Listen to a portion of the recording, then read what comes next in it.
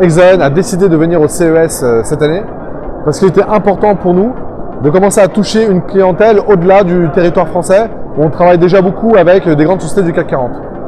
L'opportunité qu'on a aujourd'hui ici, c'est de pouvoir rencontrer pas mal de prospects, de clients et de potentiels partenaires venus d'Asie, notamment de Taïwan et de Corée et de Chine, mais aussi beaucoup d'Américains et de Canadiens. Et c'est vrai que c'est hyper important pour nous d'être là.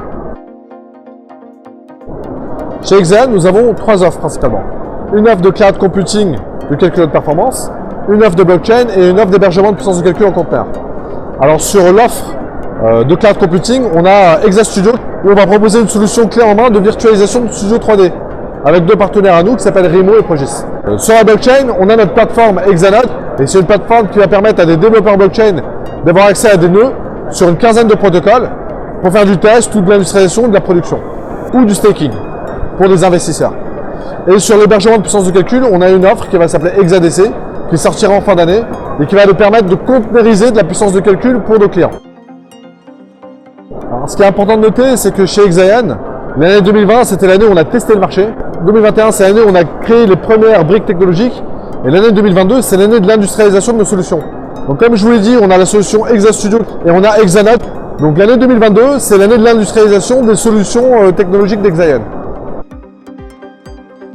La grande tendance technologique qu'on voit poindre sur l'année 2022, c'est la démocratisation de la blockchain.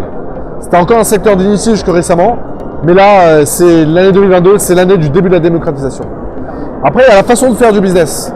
Il y a 2 grands paramètres qui sont en train d'émerger et qui vont se renforcer sur l'année 2022. Ça va être les services digitaux souverains et bas carbone. Et nous, pareil, chez Exaon, grâce aux actifs de production d'électricité du groupe EDF, on propose des services digitaux autour de la blockchain qui sont très bas carbone. Et en tant que filiale du groupe EDF, donc entreprise étatique, nous proposons des services souverains. Et toutes les datas sont stockées dans les data centers d'Exaon, donc du groupe EDF.